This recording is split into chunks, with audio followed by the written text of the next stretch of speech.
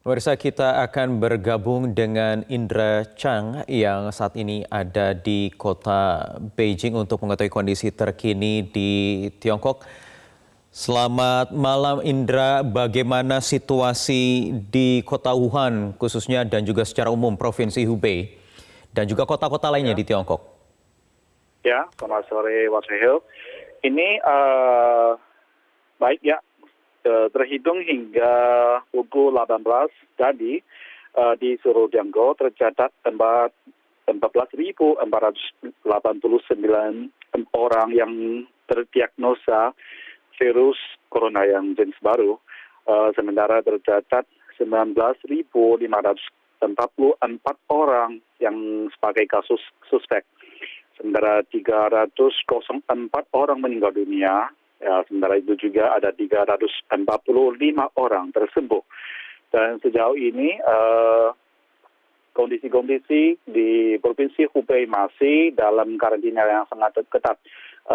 Setahu mungkin oleh para pemirsa itu di kota Wuhan dan kota-kota di sekitar Wuhan seperti Huanggang dan Xiaogan itu juga dilakukan ada tindakan-tindakan lockdown untuk mencegah penularan virus tersebut.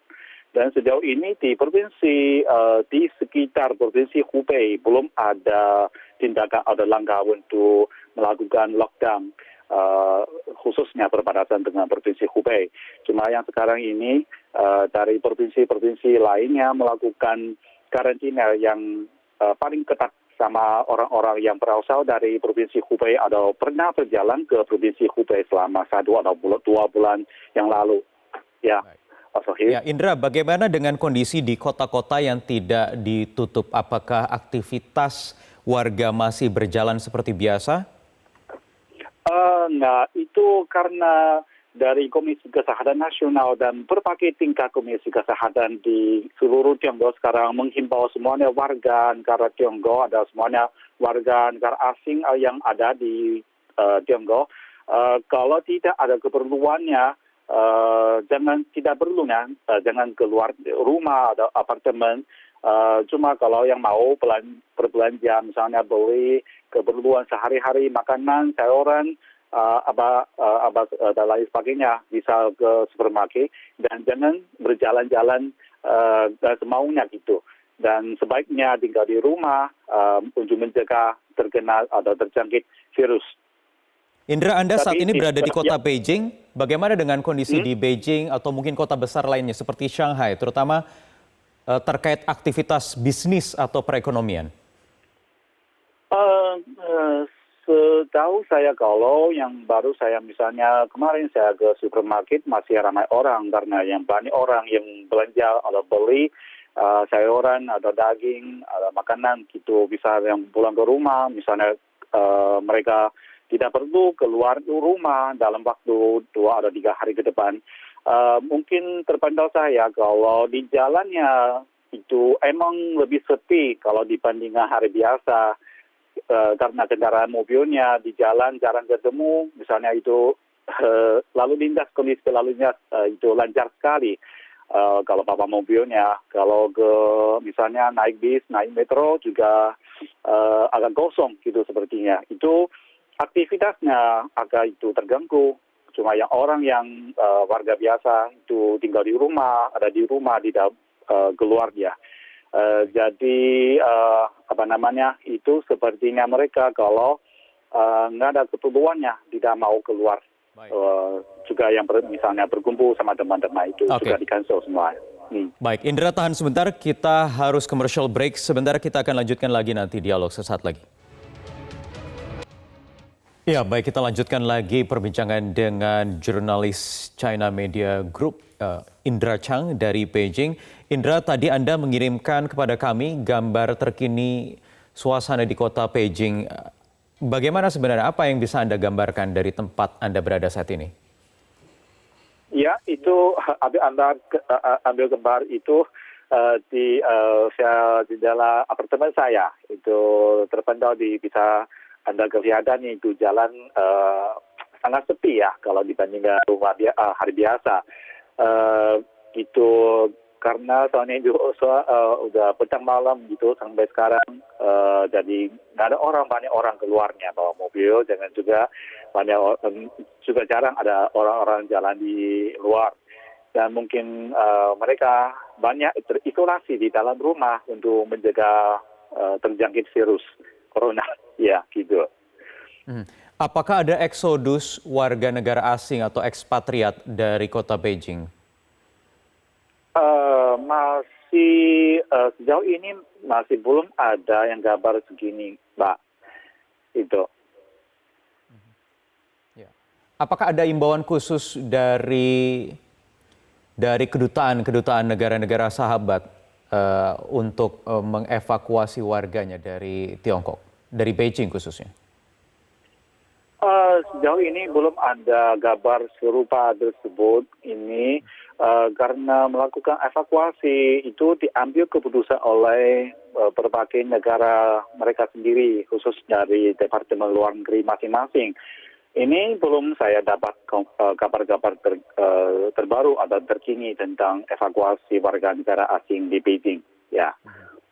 Bagaimana dengan aktivitas tourism dan juga mungkin pusat-pusat perbelanjaan atau pusat-pusat keramaian di Beijing? Apakah masih tetap beroperasi? Ya, kalau seperti shopping mall sekarang di Beijing, seperti di Wangfujing dan Xidan, dan misalnya di CBD di bagian timur Beijing masih dibuka. Tapi jam operasinya sudah berpendek.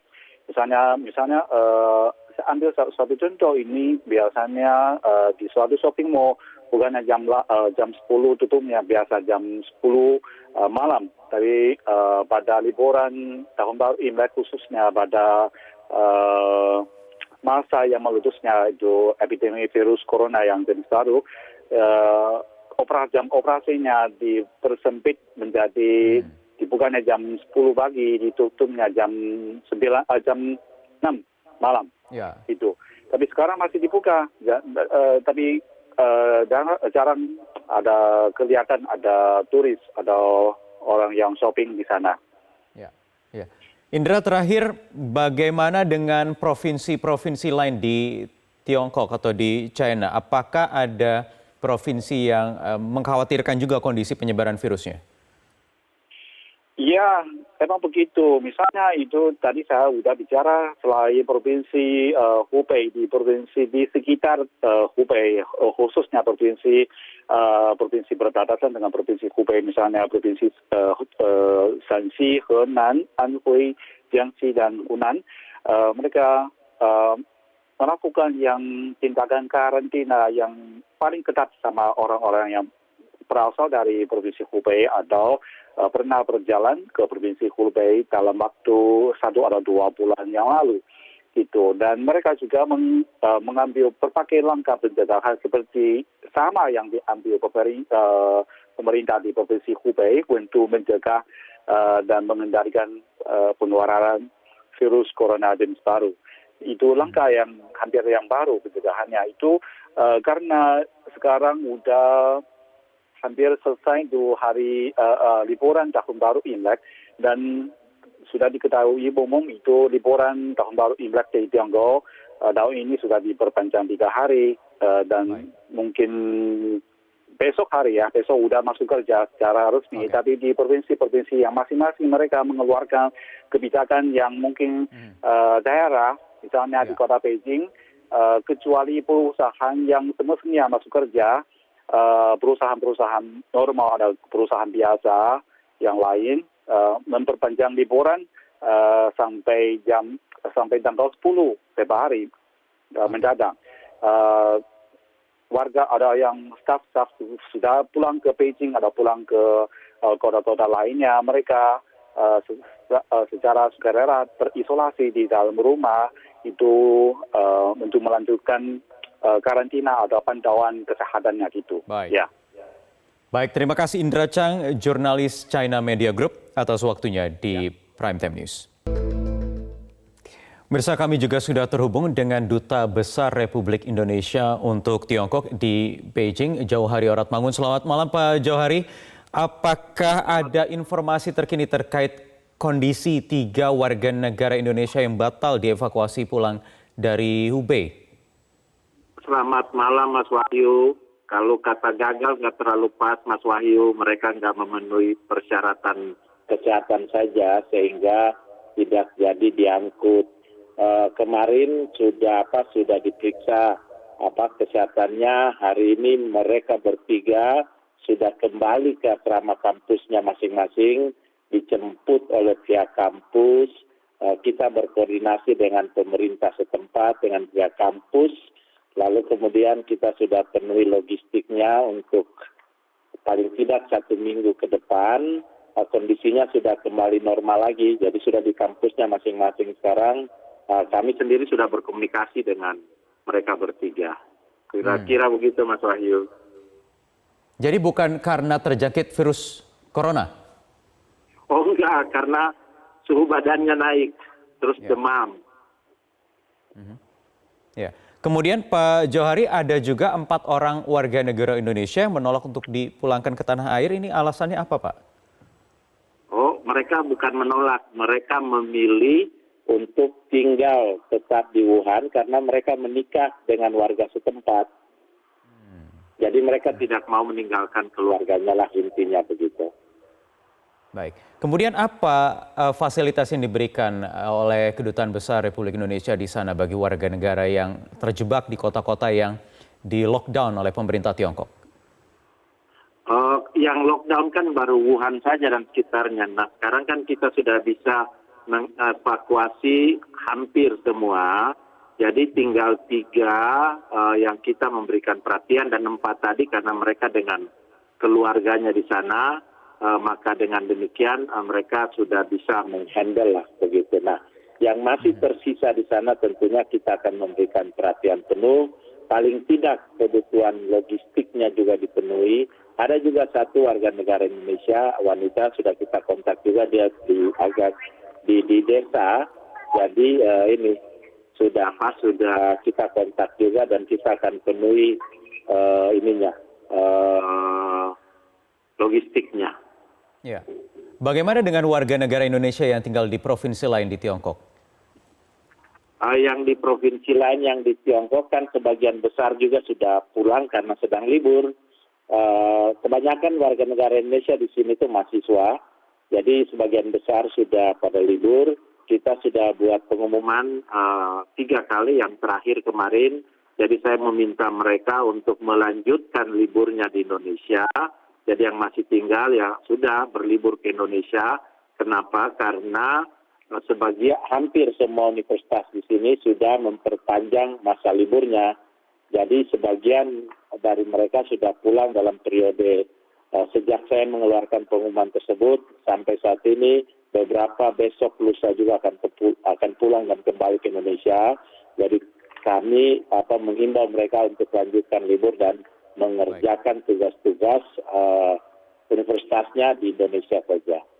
Ya, Pak Dubes, kita harus jeda dulu. Nanti akan saya tanyakan terkait kondisi secara umum di Kota Beijing, termasuk aktivitas di KBRI. Bagaimana dengan staf-staf di KBRI di sana? Kami akan lanjutkan lagi usai jeda berikut ini di Prime Time News. Pemirsa tetap bersama kami.